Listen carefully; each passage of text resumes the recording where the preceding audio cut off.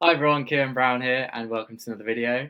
Today I'm going to be talking about sleep, and more specifically, how I increase the quality of my sleep massively, and also finally became a morning person. So this is a full guide. It might be quite a long video, so if you want to get pen and paper and write some notes down, at the end there'll be a list of actionable steps that you can take to try and improve the quality of your sleep based on the tips given in this video. So the layout of the video, first going to talk about like where I was, what sleep was like for me, like growing up and up until this point, and I'm sure you'll be able to relate to a lot of it. Then I'm going to talk about a few realizations that I had about sleep. It's more like mindset based. Then I'll go through the actual tips. I've got 10 of them, and then I'll talk about my current sleeping routine that has ended up making my sleep much better. And then at the end, as I said, there'll be some actionable steps for you to follow to improve your sleep. So where I was at before. So this is a picture of me quite a few years ago now. I think I was 21 years old. This is in Prague on a holiday just after I finished uni. So yeah, it's like 5 years ago now. So always growing up, I saw myself as a night owl. I'd always stay up quite late, even on like school nights.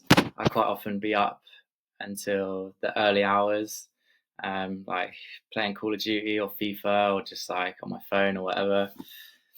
And then I'd always wake as late as possible so that I wasn't late for school. So luckily I lived a 15-minute walk from school. I think school started about 10 to 9.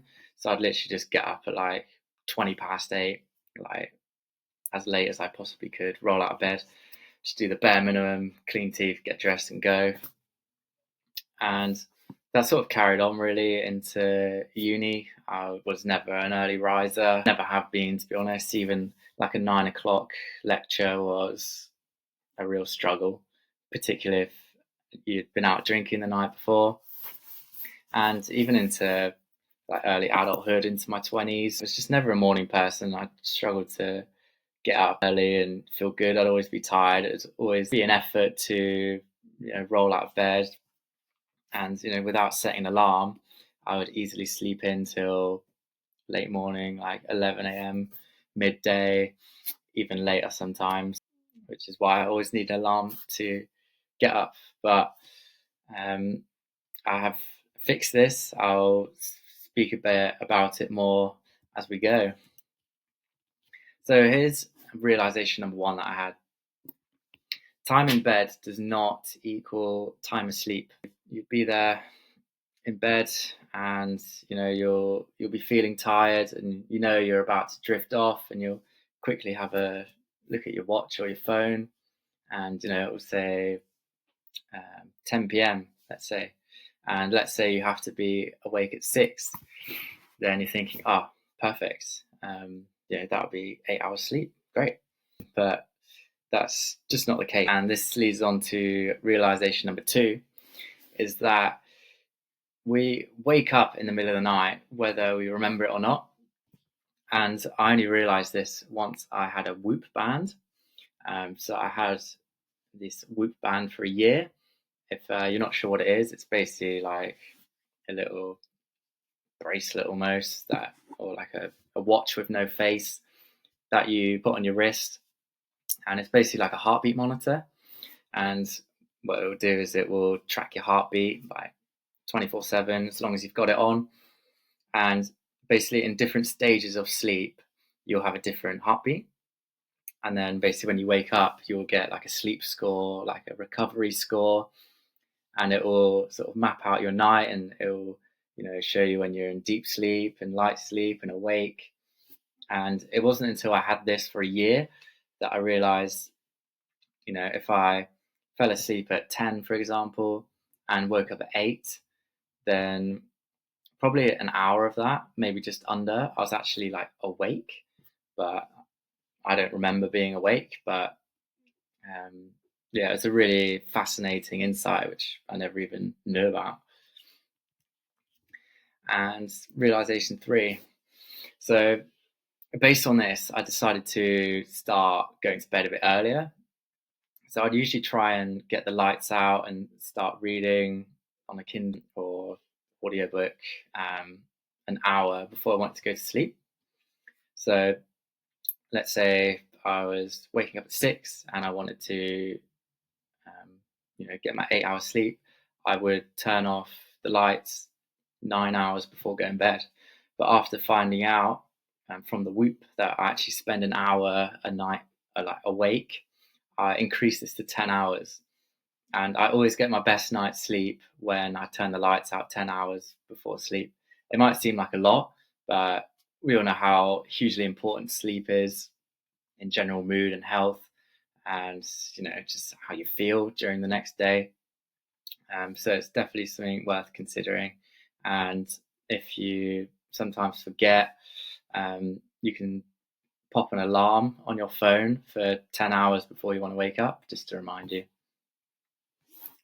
So now onto the tips, and here's the first tip, and it is having one alarm and one time that you wake up every single day, even on weekends.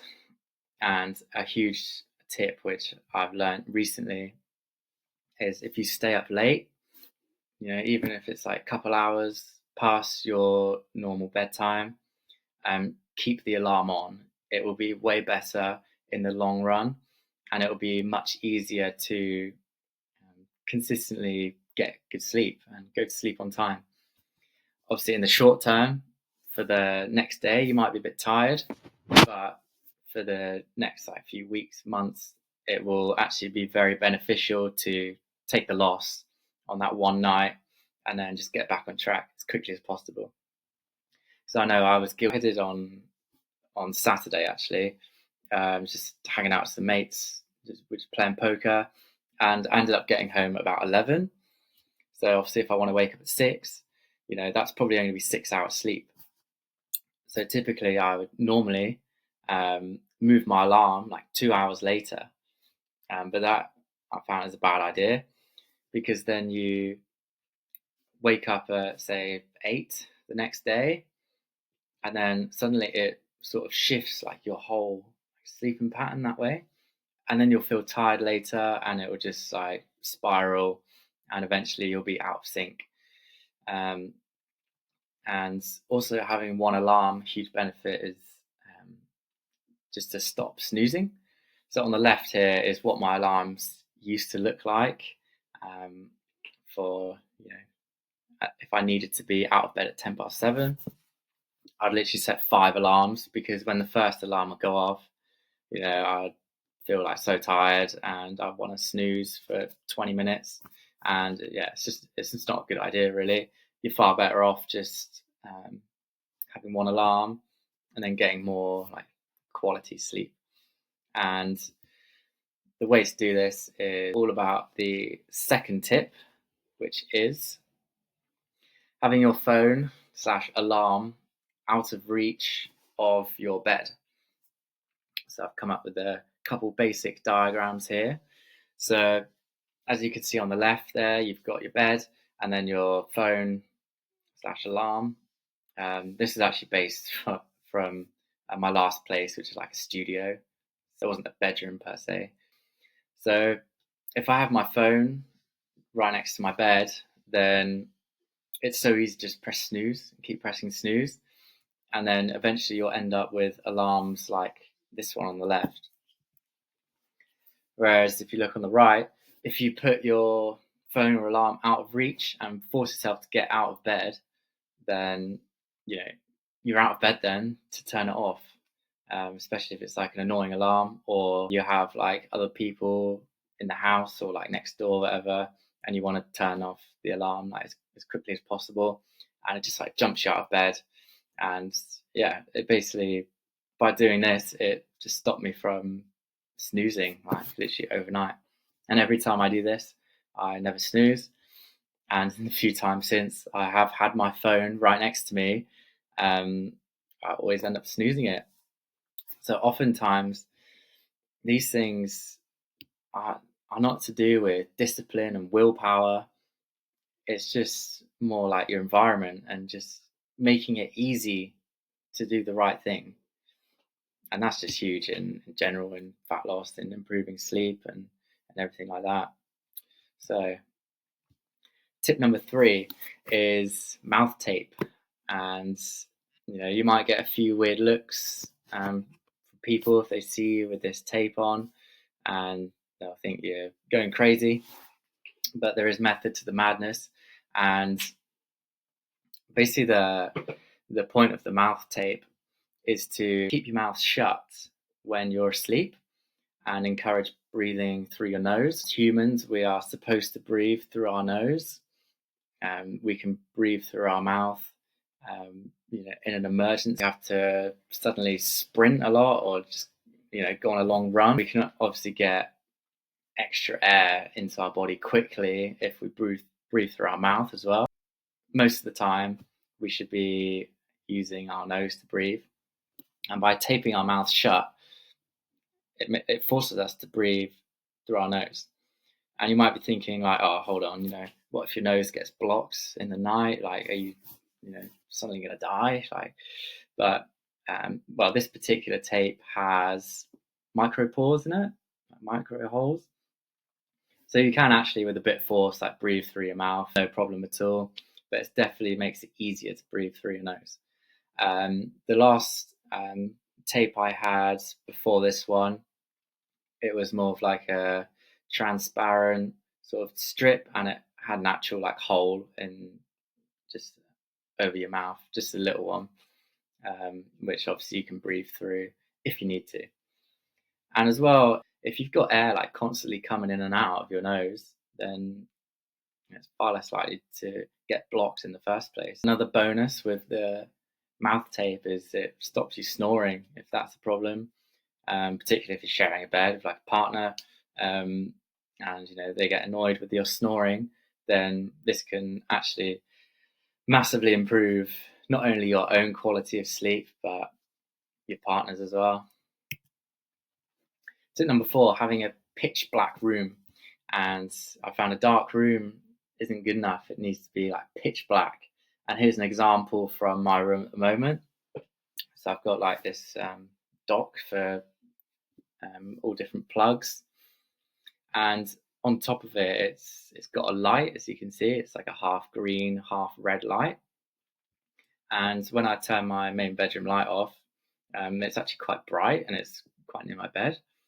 And even a small light like that can actually disrupt your sleep, I found out. So I try and make my bedroom as dark as possible. I have blackout curtains. In my last place, there was no blackout curtains.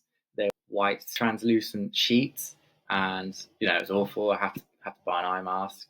But ideally, your room would pitch black anyway. And so basically, what I do before I go to sleep is I just chuck something over it. And yeah, when I do that, there's no other light in the room. The only slight bit of light is just around the perimeter of my curtains, but it's not too much I could do about that, and it's dark enough. So tip number 5 is an eye mask, and particularly if you are in a living situation like I was, where there was no blackout curtains, this is huge. I actually wear one anyway, even though my room is pitch black. Yeah, it's super, super handy. It does exactly what it says on the tin, it blocks the light from your eyes. This is the actual one I've got on the left. It's super comfy, like it doesn't really get in the way. I just got it from Amazon. Can't remember what brand it was, but it was just one which is recommended on like a YouTube video or something. So yeah, I put that on along with my mouth tape, and that's what I look like before I go to sleep. So number 6 is blue light blocking glasses. So I'm sure you might have heard of these. Blue light in particular keeps us awake a lot more. When our eyes receive blue light, it sends a message to our brains to keep us up, because it's there's all this light, it must be daytime. And if you're on your phone or your laptop, just before you go in bed, even though it's dark outside, that blue light will basically mimic like daytime, and your body won't release the necessary hormones to start to feel tired and go to sleep. And these are a great way to try and counter that. These are special glasses that specifically block the blue light. And one thing which I didn't even realize until I bought these ones, which I have, they're from Whoop. They're 70 quid. I can't remember paying that much for them, but maybe they put the price up. But one thing I didn't realize was that blue light blocking glasses don't actually block all of the blue light.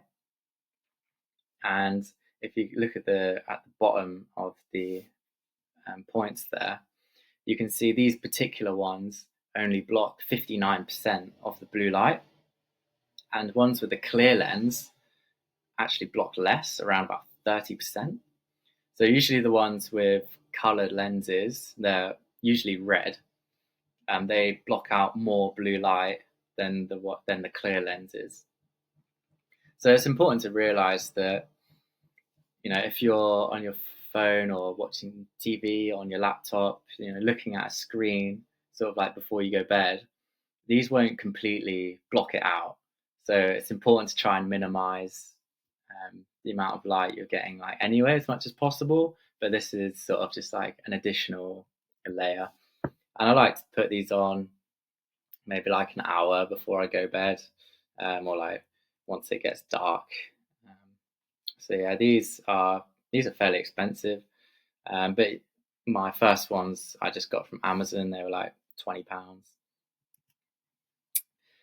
Tip number 7, we're getting there. Only a few more to go. Eating and drinking before bed. So I found out about this neat little rule, which can really help you, to improve your sleep. And it was basically the 3-2-1 rule. And as you can see on the left there, you stop eating 3 hours before bed, you stop drinking 2 hours before bed, and you turn screens off 1 hour before bed.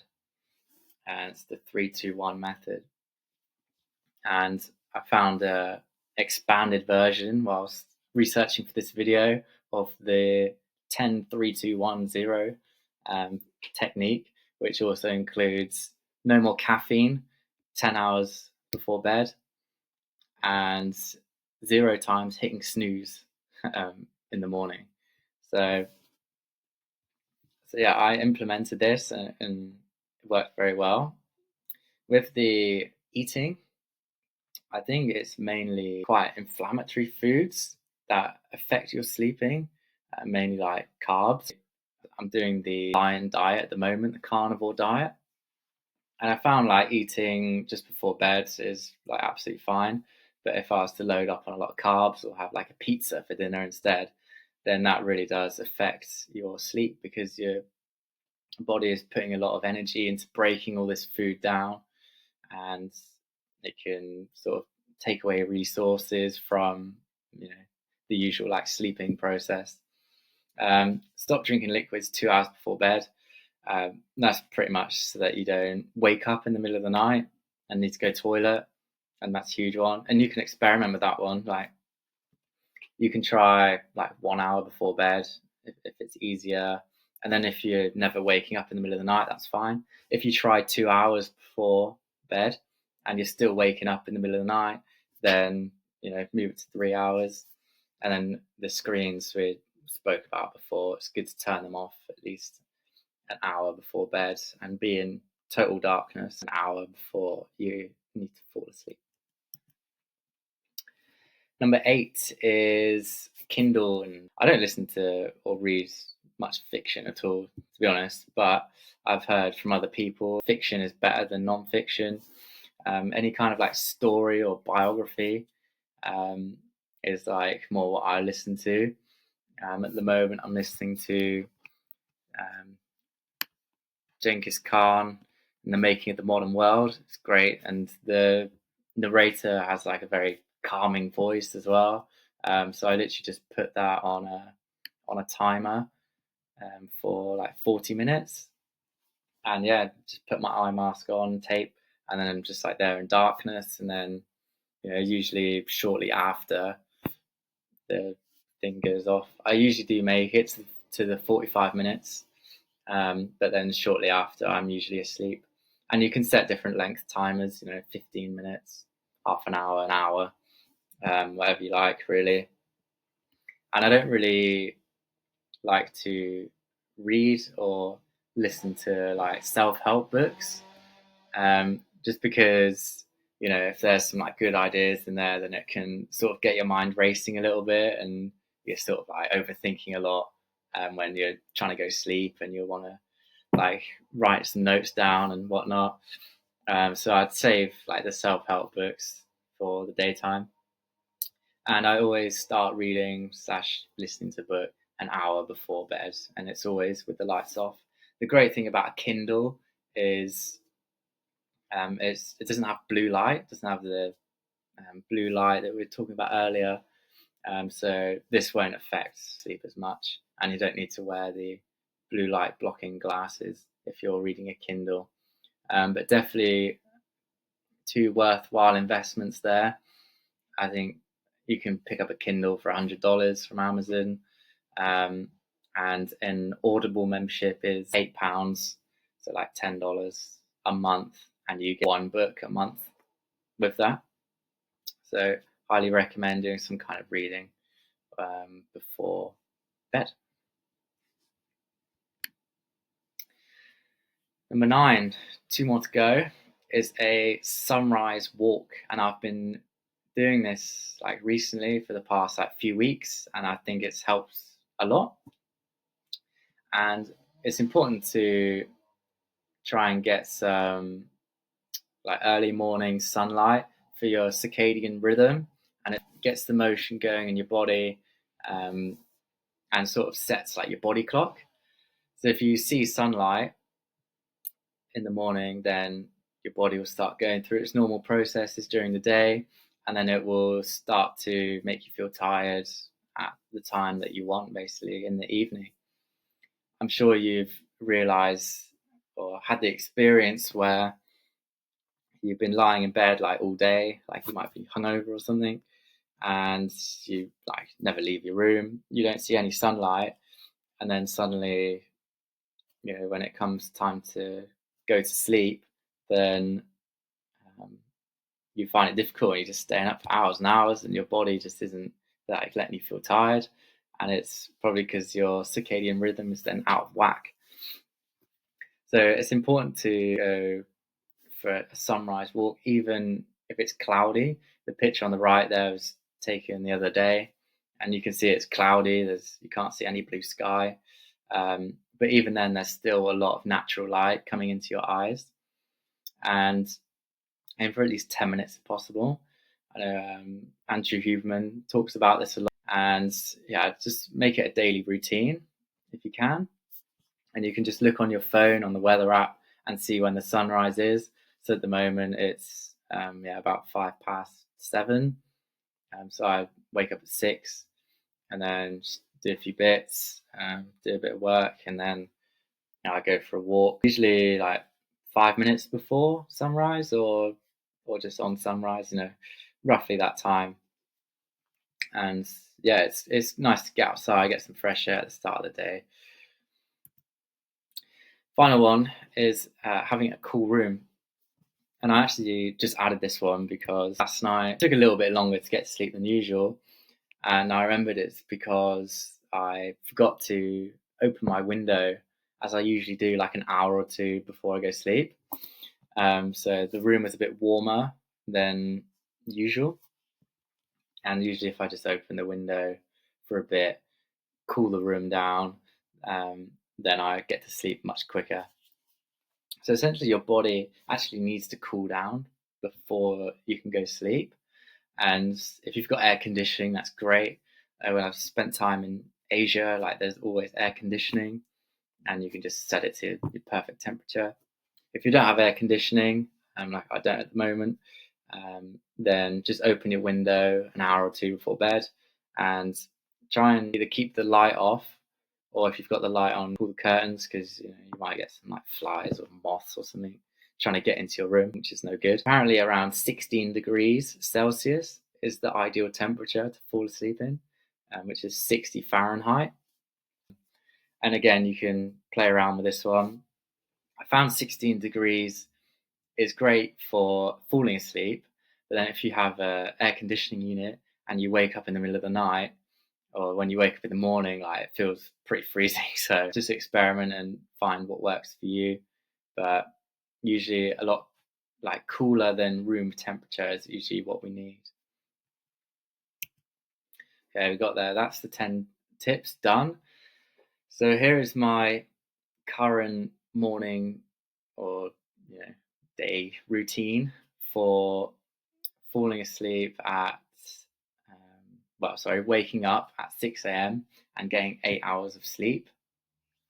So basically 6:45 in the evening, quite early, that's when I usually start getting ready for bed. This might not be possible for a lot of people, um, particularly if you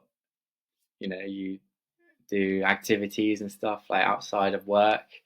You might have like football training, or you might need to go to the gym after work, or deal with other things, or just have like social events on and stuff. So I do appreciate um, it can be tough sometimes to get get things going that early in the evening. And then at 7 p.m., that's when I get into bed. Sometimes watch Netflix or do some more like self-development stuff, like learning, like taking notes from YouTube videos and stuff like that. Just try and learn things. And I'd have my blue light blockers on at this point.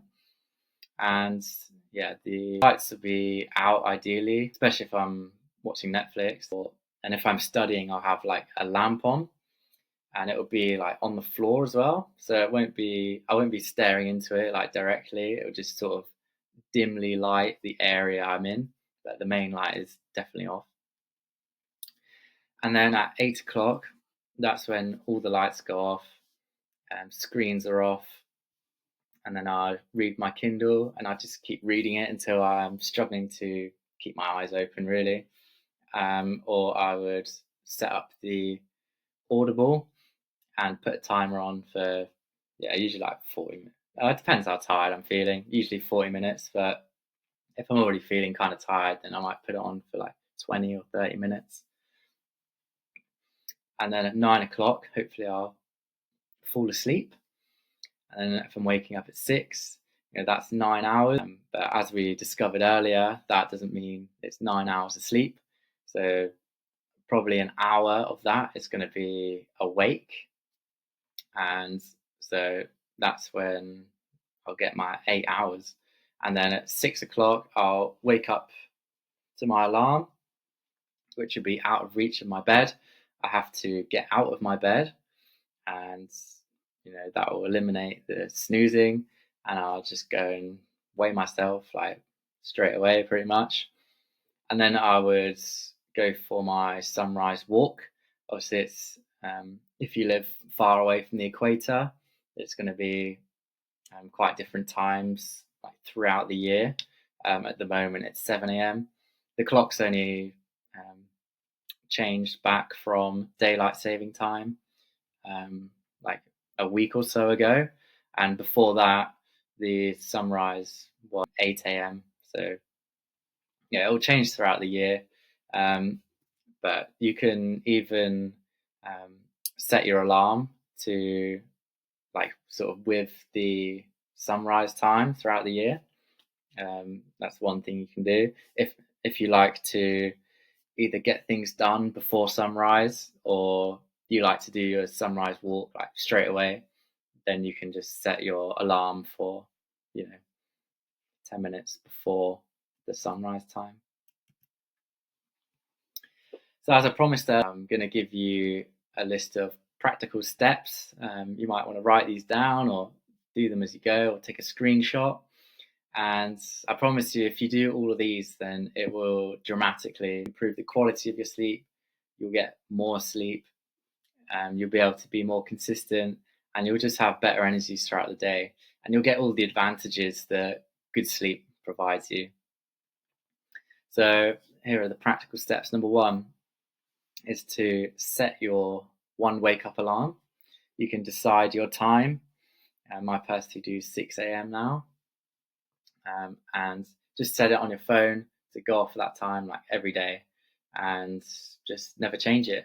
And remember, even if you go to bed a bit late, still keep that alarm. It will be tough like the next day, but in the long run, it will hugely benefit you. And just yo-yoing the different times won't help. Number two, minus 10 hours from that alarm. And that's when you turn all your lights off and you start reading your Kindle or listening to your Audible, basically doing something in darkness. And if you listen to your Audible, you can put your eye mask on and put your mouth tape on. Number three, decide where you'll put your phone and it can't be reached from bed. So if you're in your bedroom right now, have a look around, see where you can put your phone. Ideally, it would be next to a plug socket so that you can charge it overnight. So just have a look, see where the plug sockets are in your room, make sure it's out of reach from your bed, and that will literally eliminate snoozing like straight away. Draw your bedroom curtains and turn the lights off. So this is a little test. Again, if you're in your bedroom right now, you can do this. You can pause the video and do it now, even if it's daylight. If it's dark, even better. So basically, you want to just draw your curtains, shut your door, and turn your light off, and just see how much light is in the room. If it's in the daytime, obviously there might be some seeping through the outside the curtains, but just have a look for any kind of light. Use it from like electrical stuff. I know my laptop charger, like when you plug it in, it will have a little light on it. Literally, you want to get everything covered and like out of sight. And if you don't have blackout curtains already, then I highly recommend getting some because they block out like all the light. And you want your room to be as dark as possible. Number five, setting alarms for the 3-2-1 sleep method. So this is something which I did at the start, just to remind myself at the different times when I need to stop eating, stop drinking, and stop looking at screens. So set it 3 hours, 2 hours, and 1 hour before you want to go to sleep, respectively. And even just that one tip could actually massively improve your sleep as well. So give it a go. Number six, look at what time your sunrise is where you are tomorrow morning and plan a walk. If you don't go to work like too early, or if you have to be up and out before sunrise, then this might be a bit tricky. But if you don't, particularly if sunrise is at 7 and you don't start work till 9, you'll have time to do a 10-minute sunrise walk. So have a look at what time sunrise is tomorrow and plan a walk. And then we've just got a shopping list here. So number one is the mouth tape. It's really cheap. It usually comes in packs of like 30, 60 or 90, and you can just get it from Amazon. Just type in like mouth tape or sleep tape, something like that. It'll be like under a tenner probably. An eye mask, I recommend getting a fairly decent one. You don't want to get a really flimsy, like uncomfortable one, but I quite like the padded ones. I find they're just a lot comfier to wear. But have a shop around on Amazon again, they're not too expensive. Blue light blocking glasses. I have the ones from Whoop, which are now £70 apparently. And ideally you want ones which have like red tints because they block out a lot more blue light than the ones with a clear lens, with a double on the Whoop ones. So it's worth investing in a good pair of those. And finally, a Kindle or Audible membership. You might already have one. You might have neither. You can just start with one. You can buy a Kindle, it's probably like $100, and an Audible membership is $10 a month.